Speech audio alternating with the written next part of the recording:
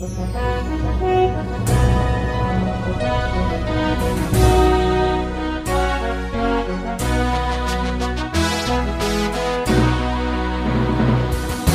bagi saudara sekalian. Marilah kita siapkan hati dan pikiran kita untuk mendengarkan firman Tuhan. Kita berdoa. Damai sejahtera Allah yang melampaui segala akal, itulah yang memelihara hati dan pikiranmu di dalam Kristus Yesus Tuhan kita. Amin.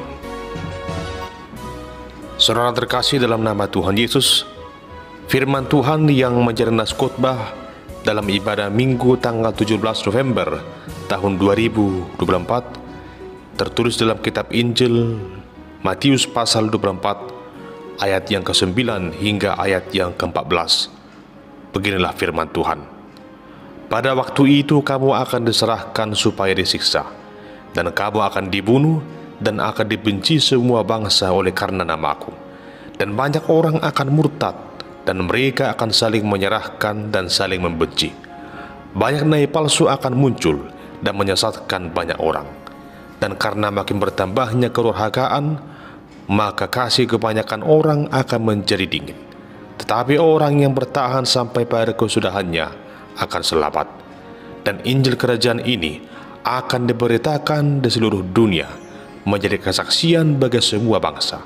Sesudah itu barulah tiba kesudahannya. Demikian pembacaan firman Tuhan.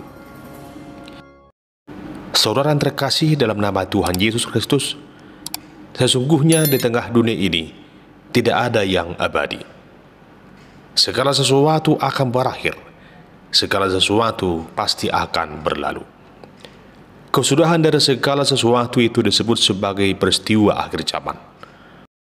Ada begitu banyak agama dan kepercayaan di tengah-tengah dunia ini yang meyakini dan mengajarkan akan peristiwa datangnya akhir zaman, atau juga disebut dengan peristiwa kiamat. Beragam peristiwa diyakini akan terjadi sebagai bagian dari peristiwa akhir zaman. Termasuk dalam keyakinan kita selaku orang Kristen, kita meyakini bahwa dunia ini akan berlalu dan akan digantikan dengan langit dan bumi yang baru. Di saat Tuhan Yesus Kristus datang menghakimi orang yang hidup dan yang mati, lalu membawa setiap orang yang percaya untuk tinggal di surga yang kekal. Tentunya kita semua berharap dikala itu semua terjadi, maka kita juga akan menjadi salah satu yang ikut di dalamnya. Namun kapankah hal itu akan terjadi? Tak seorang pun yang tahu kapan hal itu akan terjadi. Saudara yang terkasih, berita tentang akhir zaman dan kedatangan Tuhan Yesus kelak sudah menjadi suatu pengajaran dan pemberitaan yang menarik perhatian banyak orang, sehingga begitu banyak orang yang merasa ingin tahu kapan hal itu akan terjadi. Dan diantaranya ada saja orang yang mengklaim tahu kapan hal itu akan terjadi, yang walaupun secara ramalan dan perhitungan akan datangnya akhir zaman itu, pada akhirnya menimbulkan keresahan. Sesungguhnya peristiwa akhir zaman dan kedatangan Tuhan Yesus kelak adalah suatu peristiwa yang akan terjadi. Namun tak seorang pun di antara manusia yang mengetahui kapan hal itu akan terjadi. Sesungguhnya yang perlu kita lakukan adalah mempersiapkan diri kita, mempersiapkan iman percaya kita, agar tetap teguh dan tetap setia bertahan sampai akhir. Saudara terkasih, dalam nas khotbah minggu ini, Tuhan Yesus memberikan pengajaran tentang hadirnya akhir zaman dan kedatangan anak manusia kelak. Adapun hal ini bermula dari rasa penasaran dari para murid oleh karena perkataan Tuhan Yesus bahwa bait suci yang kokoh yang ada di kota Yerusalem pada saat itu akan runtuh. Para murid tahu bahwa apa yang dimaksudkan Tuhan Yesus merujuk pada peristiwa akhir zaman. Adapun para murid itu merasa ingin tahu kapankah hal itu akan terjadi, kapankah kedatangan Yesus kelak. Di sini Tuhan Yesus menjelaskan bahwa peristiwa akhir zaman akan didahului dengan sederetan peristiwa kesusahan yang akan terjadi. dan mereka harus waspada supaya jangan ada orang yang menyesatkan mereka. Apa yang terjadi kelak adalah akan datangnya orang-orang yang memakai nama Yesus dan mengaku sebagai Mesias, dan ia akan menyesatkan banyak orang. Akan ada kabar perang, bangsa melawan bangsa dan kerajaan melawan kerajaan. Akan ada kelaparan, akan terjadi gempa bumi di berbagai tempat. Namun itu semua baru permulaan dari penderitaan menjelang zaman baru. Saudara terkasih, pada akhir zaman itu akan terjadi penganiayaan yang begitu besar. Sebagaimana dikatakan Tuhan Yesus dalam ayat yang ke-9, kamu akan diserahkan supaya disiksa, dan kamu akan dibunuh, dan akan dibenci semua bangsa oleh karena namaku. Banyak orang akan murtad, dan mereka akan saling menyerahkan dan saling membenci. Banyak nabi palsu akan muncul dan menyesatkan banyak orang. Dan karena makin bertambahnya kedurhakaan, maka kasih kebanyakan orang akan menjadi dingin. Saudara terkasih, dalam nas khotbah minggu ini kita dapat melihat bahwa di sana dijelaskan akan ada dua hal penderitaan yang akan terjadi. Yang pertama adalah penderitaan fisik, yaitu peristiwa di mana orang-orang percaya akan disiksa, dibunuh, dan dibenci oleh semua bangsa oleh karena nama Yesus. Dapat kita bayangkan betapa sakitnya penderitaan yang akan terjadi itu. Dan sesungguhnya hal itu sudah terjadi sejak zaman para rasul dan juga pada zaman sekarang ini. Sejak zaman gereja mula-mula, ada begitu banyak pengikut Kristus yang mengalami mati martir oleh karena iman percayanya pada Tuhan Yesus.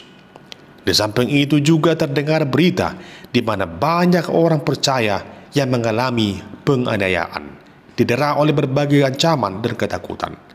Namun sebagaimana dikatakan Tuhan Yesus pada ayat yang ke-10, dan banyak orang akan murtad, dan mereka akan saling menyerahkan dan saling membenci. Adapun perilaku ini terjadi oleh karena rasa takut. Takut hidupnya terancam, takut dianiaya, bahkan takut kehilangan nyawanya. Beragam hal membuat manusia mengalami rasa takut, sehingga dia murtad, meninggalkan iman percayanya, bahkan saling menyerahkan dan saling membenci. Akibatnya muncullah pertikaian, muncul peperangan atas dasar pembenaran terhadap diri sendiri. Hal itulah yang akan terjadi kelak pada akhir zaman. Selanjutnya saudara terkasih, hal yang kedua adalah penderitaan rohani. Hal apakah yang akan membuat terjadinya penderitaan rohani? Di sini kita melihat bahwa pada saat itu akan muncul nabi-nabi palsu yang mengajarkan berbagai ajaran yang menyesatkan, sehingga begitu banyak orang akan semakin menjauh dari Yesus. Memang pada zaman itu sudah ada begitu banyak guru-guru palsu dan para ahli filsafat yang memberikan pengajaran yang bertentangan dengan pengajaran Tuhan Yesus. Akibatnya muncullah kedurhakaan, di mana kejahatan akan menjalar sebegitu hebatnya sampai banyak orang tidak dapat lagi mengasihi karena kasih kebanyakan orang telah menjadi dingin. Pada akhir zaman akan begitu banyak orang yang bersikap egois, sibuk dengan dirinya sendiri, dan tidak memperduli lagi dengan orang lain. Jemaat yang terkasih, adapun inti dari segala hal yang terjadi pada akhir zaman adalah munculnya berbagai penderitaan yang mengancam kehidupan orang banyak. Tentunya yang namanya penderitaan, tak seorang pun yang ingin hidupnya menderita. Namun situasi kehidupannya demikian, pasti membuat banyak orang menjadi khawatir akan hidup ini. Banyak orang akan mengalami goncangan iman, yang mungkin awalnya dia seorang yang percaya, namun oleh karena ancaman dan beragam penderitaan, akhirnya dia murtad dan benci pada Yesus. Saudara terkasih, menjadi orang yang percaya tidak segampang membalikkan telapak tangan, namun dibutuhkan komitmen, kesetiaan, kesungguhan untuk mengikut Tuhan Yesus. Dan untuk itulah Tuhan Yesus berkata dalam ayat yang ke-13, tetapi orang yang bertahan sampai pada kesudahannya akan selamat. Adapun kata bertahan dalam bahasa Yunani adalah hipomenas, yang artinya bersabar, tabah, dan tekun. Jemaat Tuhan, akhir zaman pasti akan terjadi. Kesudahan dari segala sesuatunya akan tiba di saat Injil Kerajaan Allah diberitakan. Saudara terkasih, apa yang telah dinubuatkan Yesus ternyata telah digenapi pada tahun 64 Masehi, di mana sebagian besar kota Roma musnah terbakar. Hal itu diperbuat oleh Kaisar Nero. Dan untuk mengalihkan kesalahan yang telah ia lakukan itu, Kaisar Nero menuduh orang-orang Kristen lah penyebab dari terbakarannya kota Roma pada saat itu. Akibatnya, ribuan orang Kristen mengalami aniaya dan dibunuh. Selanjutnya, selama berabad-abad, orang-orang Kristen mengalami banyak penganiayaan. Dan selanjutnya pada tahun 70 Masehi, bait suci di Yerusalem juga dihancurkan. Hal itu menjadi bukti penggenapan dari nubuat Tuhan Yesus, di mana bait suci itu akan diruntuhkan. Jadi apa yang disampaikan Tuhan Yesus sudah terjadi, dan hingga sekarang ini juga sedang dalam masa penggenapan tentang beragam hal yang terjadi pada akhir zaman. Dan kita juga saat ini merasakan bagaimana tanda-tanda akhir zaman itu juga sedang terjadi. Namun sebagaimana dikatakan oleh Tuhan Yesus, adapun hal yang dapat kita lakukan adalah tetap waspada, agar jangan sampai kita disesatkan.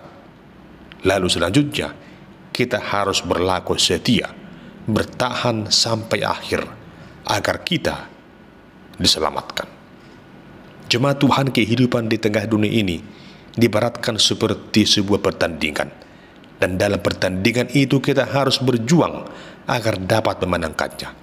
Jangan sampai kita kalah. Namun, bagaimana supaya kita beroleh kemenangan? Tentunya hal itu akan dapat kita lakukan jika kita mengandalkan hikmat dan kekuatan daripada Tuhan. Dunia ini pasti menawarkan beragam kenikmatan duniawi yang dapat membuat kita semakin jauh dari Tuhan.